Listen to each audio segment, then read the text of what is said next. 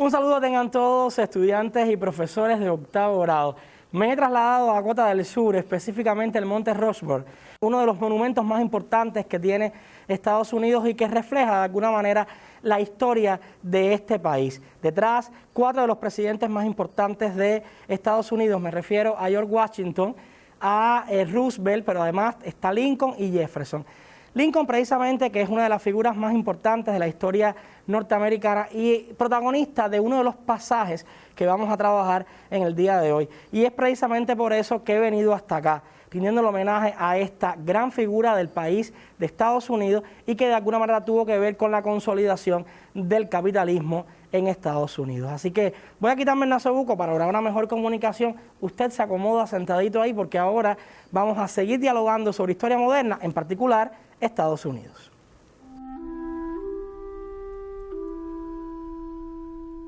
Este monumento fue construido en el siglo pasado, entre la década del 20 y la década del 40, y como ya les decía, constituye un monumento nacional. Pero antes de entrar a la figura de Abraham Lincoln y el papel que jugó en la consolidación del capitalismo en Estados Unidos, yo les propongo recordar algunas de las ideas que trabajaron con sus profesores en la clase anterior, donde comenzaron ya la unidad número 4.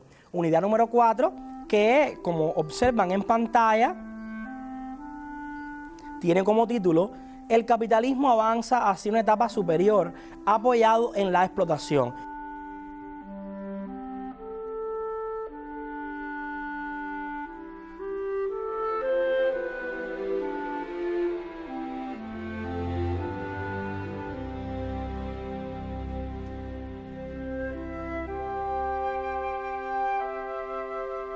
Fíjense, vamos a caracterizar en esta unidad la última etapa del capitalismo, el imperialismo. Vamos a ver cómo surge, condiciones, la posibilidad y cuáles son las principales contradicciones que van a dar paso entonces a la nueva época, al mundo contemporáneo que estudiaremos en próximas emisiones. Pero aquí vamos a ver en esta unidad la antesala y hemos empezado con Estados Unidos precisamente como modelo por el papel que juega y la transición hacia el imperialismo. Les decía que en clases anteriores, en la clase anterior habías trabajado con tu profesor algunos de los procesos fundamentales vividos por Estados Unidos después de la independencia, y el primer proceso fue la expansión territorial. En el mapa están observando el territorio original de las 13 colonias de Norteamérica una vez que lograron la independencia en el año 1783. Fíjense, con el color rojo está el territorio original y después todos los territorios que fueron alcanzando en finales del siglo XVIII y durante toda la primera mitad del siglo XIX hasta alcanzar el territorio actual de Estados Unidos. Por supuesto que este fue un proceso que va a ser brutal por parte de los norteamericanos. ¿Y cuáles van a ser los factores que condicionaron la expansión territorial? Pues ahí también le está saliendo en pantalla criterios que yo sé que usted anotó con su profesor y que están en su libreta, pero yo los retomo porque la historia es un proceso, muchachos, en el cual todas las ideas están concatenadas. Ahí estamos observando precisamente que dentro de los factores que permitieron esta expansión es la necesidad de los hacendados sureños de extender sus haciendas. Además, el interés de los especuladores norteños de adquirir nuevas tierras. Fíjense esta expansión, esta burguesía ya libre de trabas, después de haberse liberado de la metrópoli británica. Además, los pequeños granjeros necesitaban tierras libres donde establecerse.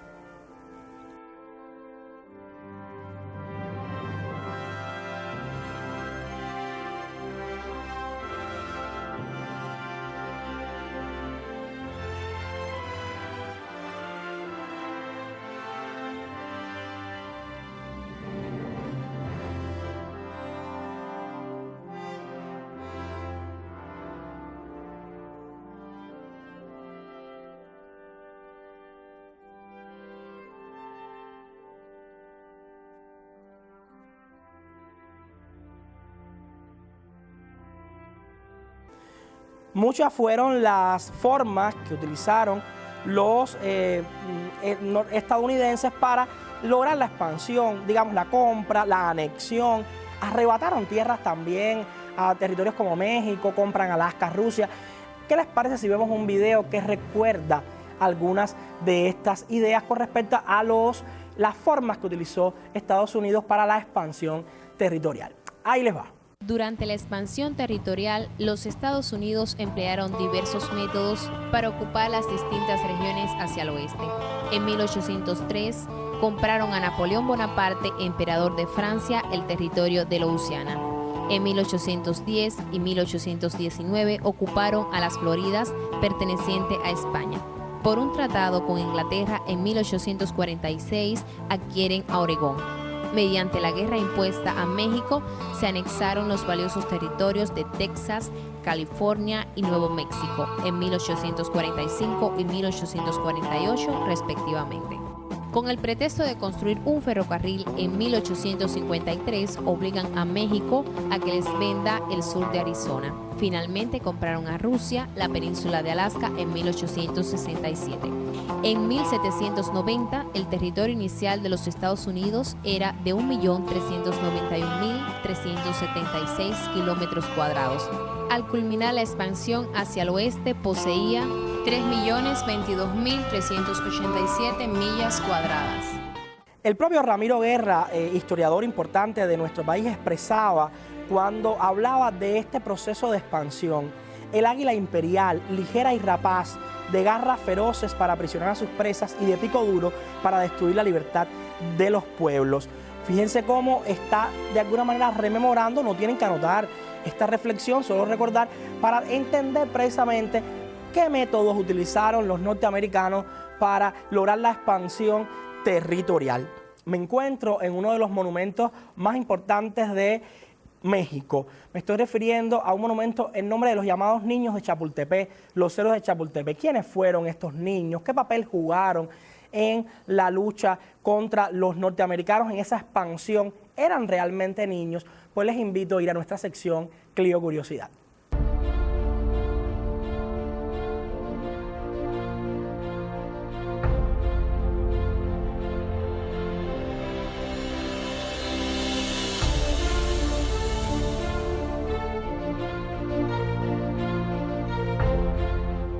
Después de alcanzar el dominio de casi todo el Valle de México, se lanzaron al ataque del castillo de Chapultepec, me refiero a los norteamericanos, por supuesto, el 13 de septiembre de 1847. En ese lugar se hallaba instalado el colegio militar. Las fuerzas mexicanas se batieron heroicamente, figurando en primera fila los cadetes, todos ellos adolescentes, casi de la edad de ustedes. Según la tradición, Juan Escutia, nacido en Tepic, Nayarit, se lanzó al vacío envuelto en la bandera nacional. En la lucha murieron también dos cadetes, Vicente Suárez, Juan de la Barrera, Francisco Márquez, Fernando Montes de Oca y Agustín Melgar, conocidos por el pueblo y por la historia de México con el nombre de Niños Héroes. En su memoria se erigió un monumento en una glorieta del bosque de Chapultepec, en donde descansan sus restos. Y aquí nos encontramos precisamente en este monumento, y que sirva este momento como un homenaje a esos casi niños que lucharon por el territorio mexicano, por evitar la expansión norteamericana. Sin embargo, no pudieron impedirlo. Lo cierto es que Estados Unidos logró una gran expansión durante ese momento final del siglo XVIII y toda la primera mitad del XIX, donde los propios aborígenes tuvieron que ir a reservas, fueron llevados a reservas para usurparle sus tierras y lograr esa sed de dinero, esa sed de riqueza que ese capitalismo iba generando a partir de la consolidación del Estado Nacional una vez que termina la independencia de las 13 colonias. Yo creo que es importante también que anoten cuáles fueron algunas de esas consecuencias, que lo anotes si no lo tienes, si ya lo copiaste con tus profesores en la clase anterior, te sirve entonces como un recordatorio de las consecuencias de la expansión territorial norteamericana. Un elemento es que hay un aumento de tierras cultivables y para la cría del ganado, aumenta la población, se incrementó la demanda de materia prima y el mercado interno. Fíjense cómo hay un aumento de población, hay un aumento de la necesidad de materias primas, y cuando la burguesía entonces desata las fuerzas productivas, desata las técnicas de trabajo, los instrumentos y la posibilidad de construir, pues necesitaba aumentar la producción. ¿Y qué había pasado en la revolución burguesa inglesa una vez que culminó y que permite el desarrollo de la burguesía? Pues desarrollaron la revolución industrial, proceso al cual no va a estar ajeno Estados Unidos y que también en el siglo XIX va a generar la sustitución del trabajo manual por el trabajo con máquinas y la creación de nuevas técnicas y la difusión de otras que permiten un aumento de la producción. En los estados del sur el desarrollo del algodón era muy importante, grandes plantaciones de algodón, y uno de los inventos fundamentales que se generaliza en Estados Unidos va a ser la desmotadora de algodón en el año 1793. También se va a generalizar la máquina de vapor, un invento que habíamos visto en Europa y que va a llegar también a Estados Unidos hasta la inauguración incluso de la primera línea férrea. Todo ello, por supuesto, va a llevar a un aumento de la producción y esto va a generar precisamente que se desarrolle el capitalismo en Estados Unidos. Y estas ideas que ya trabajaron en la clase anterior, pues quedan resumidas en este esquema que les estoy proponiendo. Fíjense cómo la expansión territorial unido a la revolución industrial en Estados Unidos favorece el desarrollo del capitalismo y el fortalecimiento de la burguesía. ¿Qué situación van a tener los estados norteamericanos? Va a haber una gran división del poder y una lucha precisamente a partir de las características que van a tener los estados del norte con respecto a los estados del sur. Por ejemplo, están observando en pantalla la ciudad industrial del norte. El norte contaba con 22 millones de habitantes y era una poderosa base industrial y ferroviaria. Por tanto, hay una característica de estos estados del norte que son manufactureros y comerciales, es decir, que hay un desarrollo del capitalismo.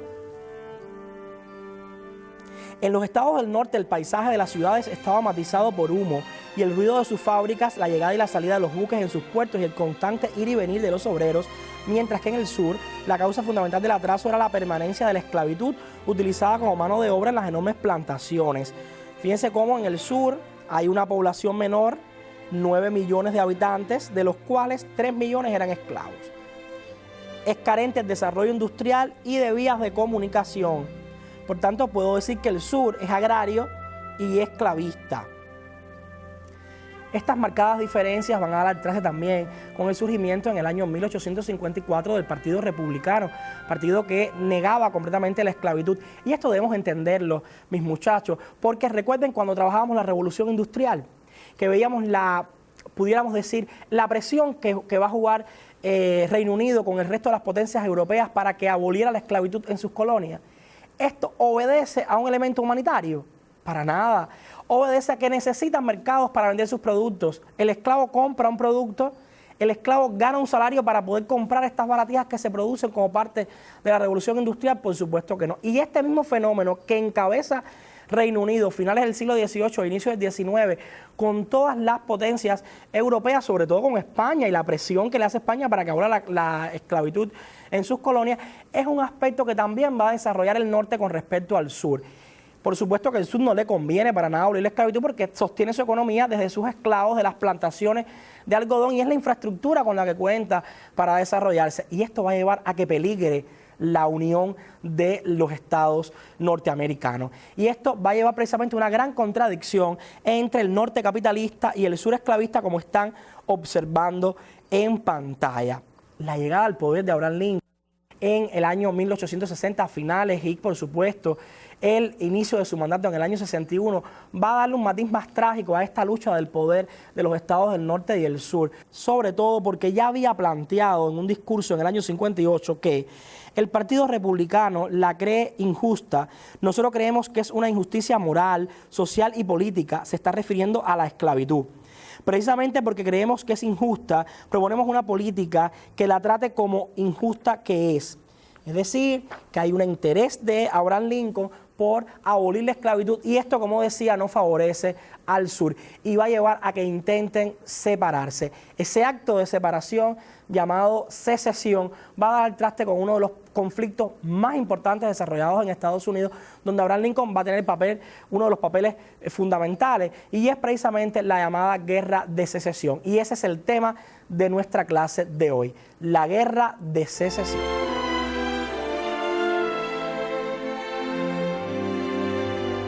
Fíjense que este proceso que comenzamos a estudiar hoy, ustedes deben tener como objetivo explicar las causas y consecuencias de la Guerra de Secesión. La finalidad de la enmienda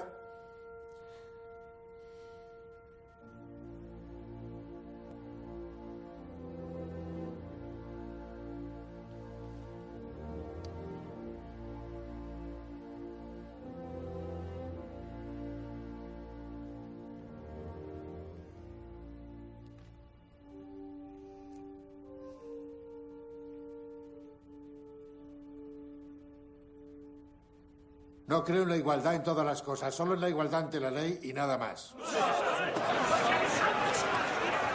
Eso no es así. ¿Usted cree que los negros son iguales que los hombres blancos? Lo ha dicho cientos de veces. Vergonzoso, vergonzoso. Déjese de trucos y responda al diputado Wood. No creo en la igualdad en todas las cosas, solo en la igualdad ante Tras la ley. años y años de defender a ultranza la igualdad de las razas... Ya le ha respondido. Esta enmienda es ajena a la igualdad racial. Solo en la igualdad ante la ley no es distinta de la raza blanca. ¿Quién hubiera dicho que ese viejo terremoto fuera capaz de controlarse? Podría convertirse incluso en un buen político. Señora... Su intento desesperado de faltar a la verdad es indigno de un representante. No, es más, indigno de un hombre blanco. ¿Cómo voy a sostener que todos los hombres son iguales cuando veo ante mí altanero, hediondo, el despojo ético de aquel caballero de Ohio? Prueba viviente de que hay hombres inferiores, dotados por Dios de un intelecto limitado, impermeable a la razón, con un cieno pálido y gélido corriendo por sus venas en lugar de sangre. Tú eres más reptil que hombre, George. Tan rastrero y plano que un pie humano es incapaz de aplastar. No seas osado. Pero incluso tú, Pendleton, tendrían que haberte ahorcado por traición hace años. Incluso un indigno y un mezquino como tú debería ser tratado con igualdad ante la ley. Y por eso, señor, diré una y otra y otra y otra vez que no creo en la igualdad en todas las cosas, solo en la igualdad ante la ley. Señor presidente, ¿va a permitir que este hombre zafio me calumnie y amenace de ese modo?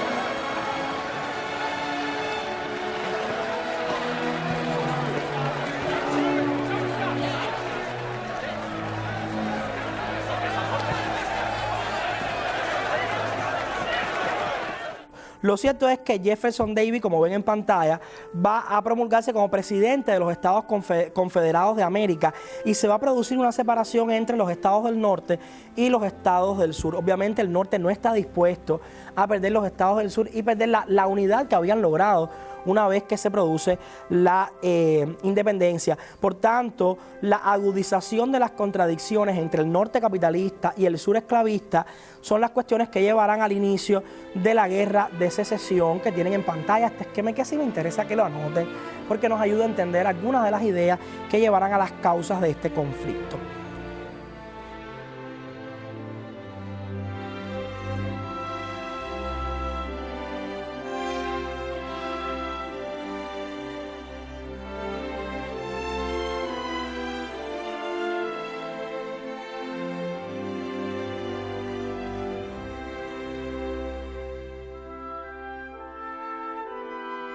Ahí tenemos la palabra secesión que se escribe SCS, lleva acento, pero además refiere separación, acto de separarse, por eso hablamos de guerra de secesión. Con respecto a este conflicto, en el año 1984 se produjo una serie norteamericana que le ha dado la vuelta al mundo y que en Cuba se ha repuesto varias veces. Me refiero a Norte y Sur, que cuenta la historia de dos amigos que por azares de la vida terminan estando en bandos diferentes una vez que comienza la guerra de secesión. Un canto a la amistad, un canto a la tolerancia. Y esta serie, que repito, se ha repuesto en Cuba en varias ocasiones, representa un valioso testimonio de lo que ocurrió en la guerra de secesión. Entre sus protagonistas se encuentra Patrick Swayze, una de las figuras más importantes del cine norteamericano de los 80, y ahí les dejo con un fragmento de Norte-Sur. Usted puede consultar con sus abuelos, con sus padres, que estoy seguro que la vieron, y también la pueden descargar para conocer un poco más sobre los conflictos que se generaron con la guerra de secesión. Ahí les va.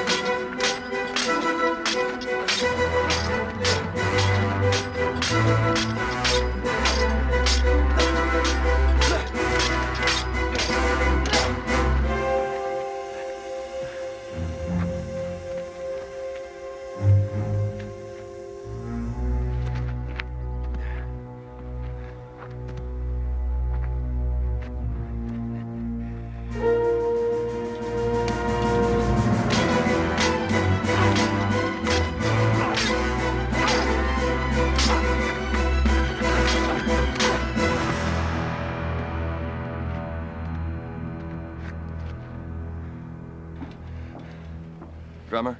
Sound mess call.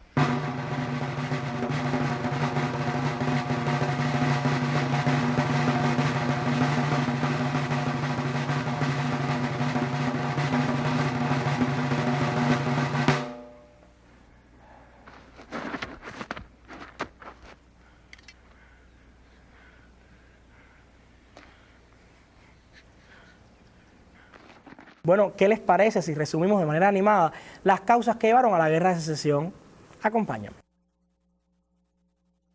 La Guerra de Secesión Americana tiene lugar entre el año 1861 y 1865. Causas del conflicto comenzaron en el año 1861, cuando Abraham Lincoln llega al poder y propone la abolición de la esclavitud, muy utilizada en ese momento. La economía de los estados del sur se basaba en el algodón, trabajada por la mano de obra esclava, por lo que no estaban de acuerdo con la decisión de Lincoln. Estados Unidos se dividió en dos, por un lado la Unión y por otro la Confederación.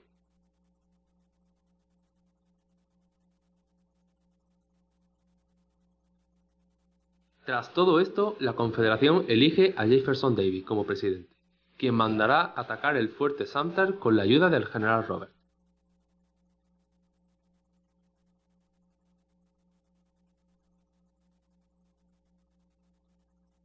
Este ataque desencaminará a la guerra civil y llegando así la batalla de Gettysburg, provocando 30.000 muertos. Con la pérdida de tantos soldados, ambos bandos obligarán a la población a que se alisten al ejército. En el año 1865, la guerra comenzará a decantarse por el bando de la Unión, ya que la Confederación no recibiría apoyo extranjero. La batalla de Five Forks provocó la victoria definitiva de la Unión y se terminó firmando el Tratado de Paz.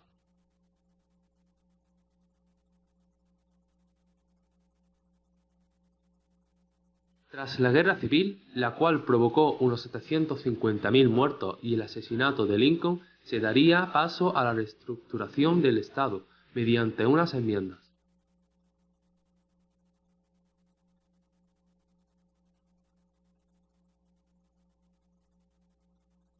Como la abolición de la esclavitud, todas las personas iguales ante la ley y el derecho a voto independientemente de la raza. Por último, los estados de Luisiana, Florida y Carolina del Sur se unirían de nuevo a Estados Unidos en el año 1877. Como pueden observar en la línea de tiempo, la Guerra de Secesión inicia el 12 de abril de 1861. Estoy hablando, por supuesto, del siglo XIX. Bueno, ahora sí entraremos un poco en las batallas, los hechos fundamentales que ocurrieron. Así que vámonos ahora mismo a la década del 60 del siglo XIX y estamos ya dentro de las batallas de la Guerra de Secesión. El primer choque armado fue el 12 de abril de 1861 con el ataque del fuerte Sumter con tropas del sur. En los primeros años, el sur llevó la iniciativa, a pesar de sufrir el bloqueo norteño y la guerra en su territorio. Esta situación se revirtió tras largas pérdidas y desastres militares cuando Abraham Lincoln tomó medidas que cambiaron el curso de la historia. En 1862 se aprobó la ley de colonización que otorgaba una parcela de tierra a todo aquel que estuviera dispuesto a ocuparla por 5 años, al cabo de los cuales sería de su propiedad. Pero la medida que más influyó fue la proclama dictada por Lincoln en 1863, dando la libertad a los esclavos que se hallaban en cualquier estado rebelde contra los Estados Unidos. Este provocó que muchos esclavos solicitaran su ingreso en el ejército del norte. Estos sucesivos triunfos fueron decisivos para lograr entre mayo y septiembre de 1864 la derrota de los sureños en Atlanta y la ocupación del territorio estratégico el 10 de diciembre de ese año. Otro paso decisivo fue apoderarse de Mobile, en Alabama, en diciembre de 1864 por la flota norteña, quedando en manos de unionistas todo el litoral, la costa del Atlántico. El año 1865 se destacó también por importantes operaciones militares. El ejército del norte, avanzando por la retaguardia del enemigo, destruía las vías férreas, estaciones, casas de máquinas, almacenes, aniquilaba las reservas de alimentos y materias primas y liberaba a los esclavos que impacientes esperaban la llegada de los yanquis, nombre dado por los sureños a los nacidos en el norte. Como resultado de esta ofensiva fueron ocupados Charleston, capital de Carolina del Sur, y Richmond, capital de toda la Confederación. quisiera marcar, después de poder tener una idea general de este conflicto, hechos fundamentales del proceso que van a permitir que los norteños puedan alcanzar ventaja. Ahí tienen en pantalla ideas que ya les dije cuando hablábamos del bloque de imágenes, pero que retomo para que anoten porque son cuestiones importantes, como es la ley de colonización en 1862 y la proclama de emancipación. Fíjense cómo el tema de la esclavitud es latente dentro de la guerra de secesión y va a ser también la medida que va a permitir el viraje definitivo de la guerra a favor de los norteños. Ahí tenemos una copia de esa proclama de emancipación que nos dice un poco la labor, pudiéramos decir, de esta visión que va a tener Lincoln en función de lograr este desarrollo. A pesar de ser Lincoln una de las figuras fundamentales de la guerra de secesión, no logró ver consolidado el país porque desgraciadamente fallece. Y usted dirá, ¿y cómo tan joven, profe, fallece entonces Lincoln? Vamos a la sesión Clio Curiosidad nuevamente, pero ahora estaremos refiriéndonos a la muerte de Lincoln. ¿Cuáles fueron las condiciones que lo provocaron? ¿Qué aspectos permitieron que pasara? Ahí les va.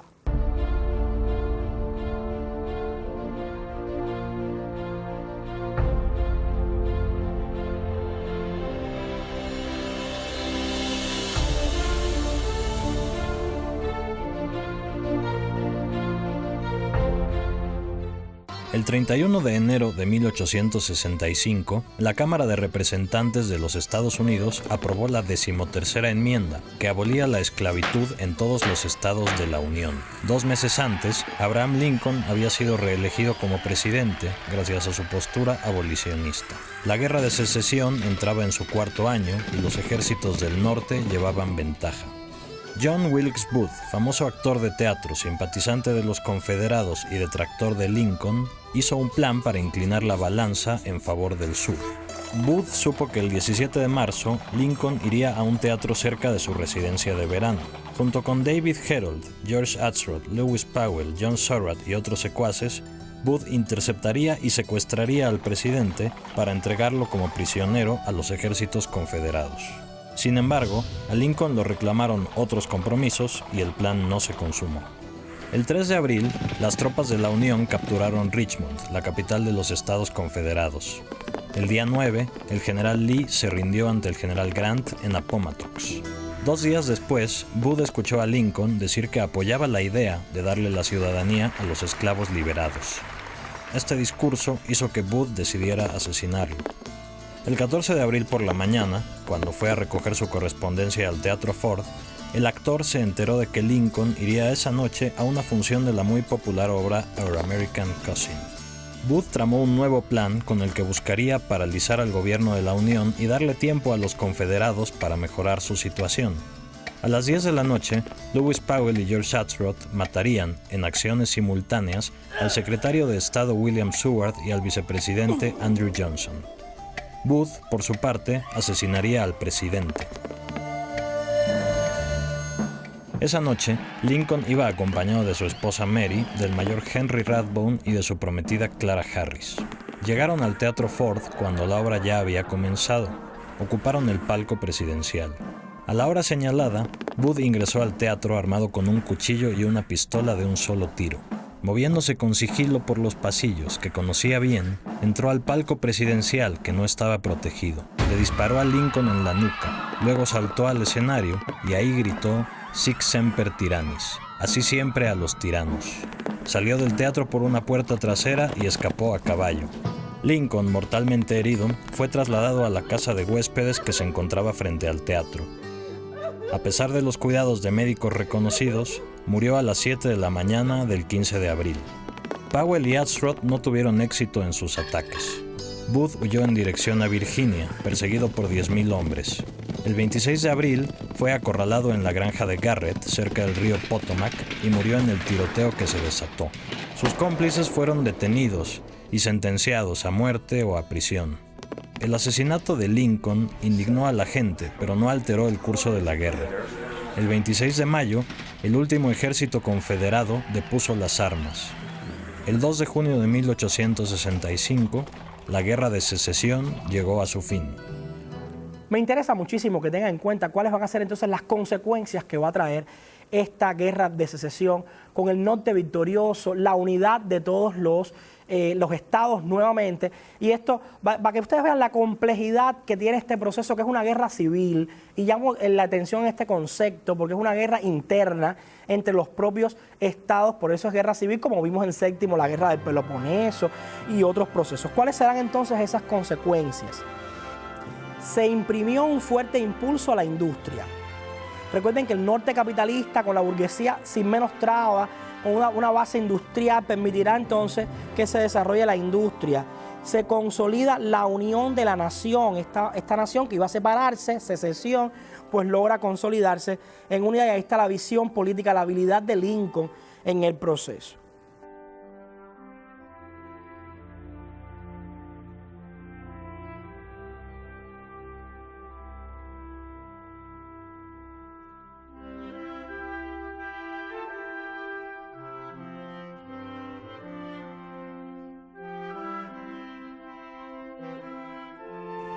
Quedó suprimida la esclavitud definitivamente, pero aquí llamo la atención en algo, y es que la población negra continuó siendo víctima de manifestaciones de racismo.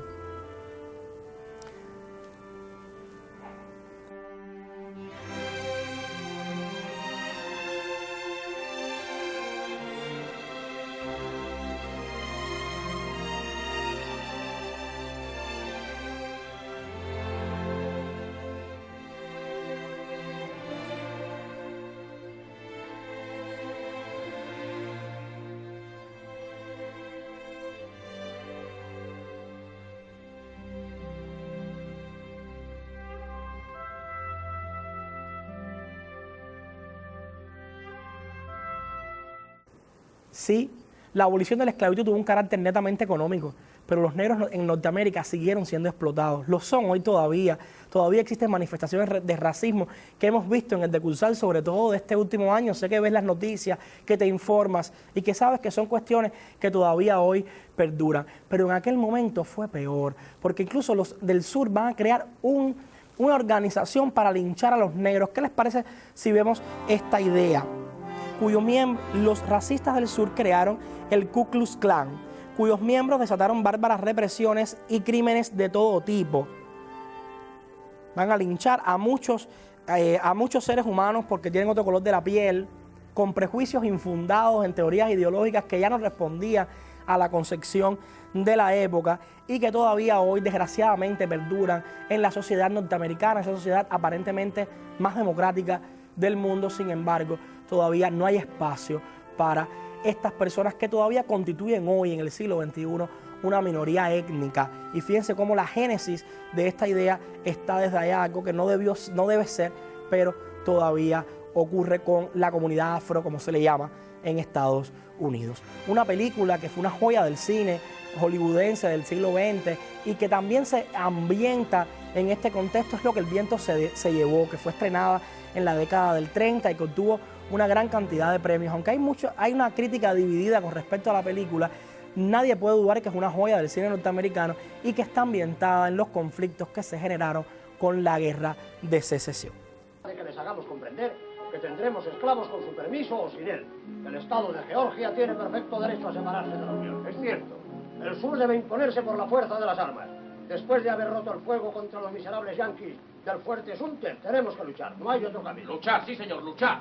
Que sean los yanquis los que pidan clemencia. La situación no puede ser más clara. Los yanquis no pueden luchar y nosotros sí. Ni siquiera habrá una batalla. Volverán grupas y huirán como conejos. Cada uno del sur puede con 20 yanquis. Acabaremos con ellos en el primer encuentro. Los caballeros pueden luchar mejor que la gentuza. Sí, los caballeros pueden luchar mejor que la gentuza. ¿Y qué dice el capitán de nuestro escuadrón? Pues, señores, si Georgia va a la lucha, yo iré con ella. Pero al igual que mi padre, confío en que los yanquis nos dejen la unión en paz. Pero Ashley, y eso es insultar. No irás a decir que no deseas la guerra. Las mayores miserias del mundo las traen las guerras. Y cuando las guerras terminan, nunca sabe nadie lo que las motivó. Pero Ashley, si no te conociera... Calma, señores. El señor Butler ha vivido en el norte. ¿No opina usted como nosotros? Yo creo que es difícil que una guerra pueda ganarse con palabras. ¿Qué quieres decir con eso? Quiero decir que en todo el sur no hay ni una sola fábrica de cañones. ¿Qué importancia puede tener eso para un caballero? Me temo que pueda tener mucha importancia para muchos caballeros, señor. ¿Insinúa, señor, que los yanquis pueden vencernos? No, no insinúo nada. Digo claramente que los yanquis están mejor equipados que nosotros, que tienen fábricas, minas de carbón y una gran escuadra que nos bloqueará y nos matará por hambre. Nosotros solo tenemos algodón, esclavos y arrogancia. Habríamos escuchar las palabras de un renegado. Lamento que la verdad le ofenda. No basta con disculparse. Es sabido que le expulsaron del ejército, señor Red Butler, y que no le recibe en Charleston ninguna familia decente, ni siquiera la de usted. Visto estas ideas y organizando todo este conocimiento que, repito, nos ayuda a entender la antesala de lo que será el despegue de Estados Unidos como potencia imperialista, los estoy invitando entonces a que tengan en cuenta lo que van a ver ustedes con sus profesores en las clases presenciales, porque he hablado mucho de imperialismo, pero ¿qué supone el imperialismo? ¿Qué causas lo generan? Son algunas de las cuestiones que ustedes van a estar trabajando con sus profesores en la próxima clase, donde estarán caracterizando el imperialismo, y es precisamente, ahí lo tienen, el epígrafe 5.2, el establecimiento del dominio de los monopolios a una nueva etapa en el desarrollo del capitalismo. ¿Qué es un monopolio? ¿Qué causas generan el surgimiento de los monopolios? Son cuestiones que usted se acercará con su profesor en la próxima clase para ver esa evolución que alcanza el capitalismo en el siglo XIX y que en el caso particular de Estados Unidos, estos procesos que hemos visto, tanto la revolución industrial, la expansión territorial, como el proceso de la guerra de secesión, pues va a contribuir a ello, va a permitir esa idea.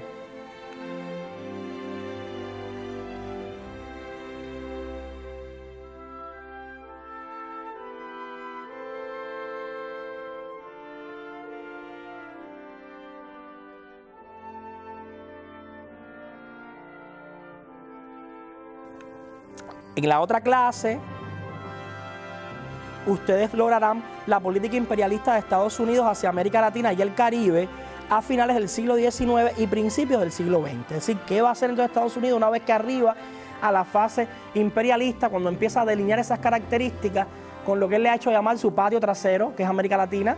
¿Qué políticas va a desarrollar? ¿Qué cuestiones se van a ver? Pues son elementos que usted podrá también trabajar con su profesor en la segunda clase de la semana, donde, reitero, estamos viendo la evolución del capitalismo, en particular en América en este caso.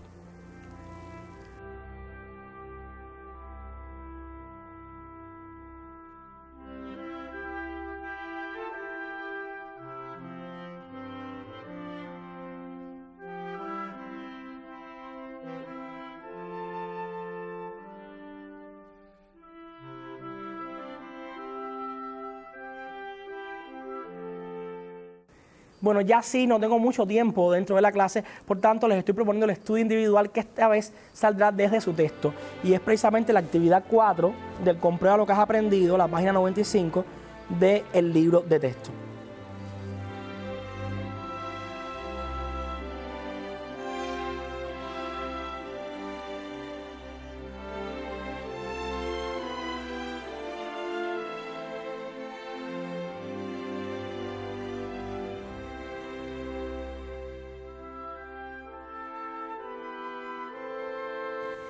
Quiero despedirme con una imagen muy especial, y es precisamente que la están observando en pantalla, y es nuestro comandante en jefe en abril del año 1959, a pocos meses de haber triunfado la revolución, cuando va a Estados Unidos y logra hacer un homenaje a nombre del pueblo cubano al mausoleo de Lincoln. Y ahí lo tenemos precisamente a pocos meses del triunfo revolucionario en Estados Unidos, con esa vocación de lograr unas relaciones de normalidad, de respeto mutuo, a los padres fundadores de este país, a la historia de este país, y cómo este gran hombre del siglo XX, Fidel, pues le rinde tributo ese comandante nuestro a Abraham Lincoln. Por eso me parece que es una imagen especial que une ese pasaje de la historia norteamericana que hemos trabajado en el día de hoy con la historia nuestra, y por eso les regalaba la instantánea. Bueno, ahora sí ya no queda tiempo para más. Nos estamos despidiendo con la convicción de que nos veremos en un próximo encuentro para seguir dialogando sobre el mundo moderno. Mucho por hacer, mucho por aprender y mucho por descubrir. Yo soy el profe José, que los estaré esperando siempre para dialogar sobre historia, sabiendo que usted se cuida, que usa el nasobuco, que mantiene el distanciamiento físico, y que por supuesto podremos darle la batalla a esta enfermedad y lograr un país mucho más protegido. Así que nos vemos en un próximo encuentro. ¡Chao!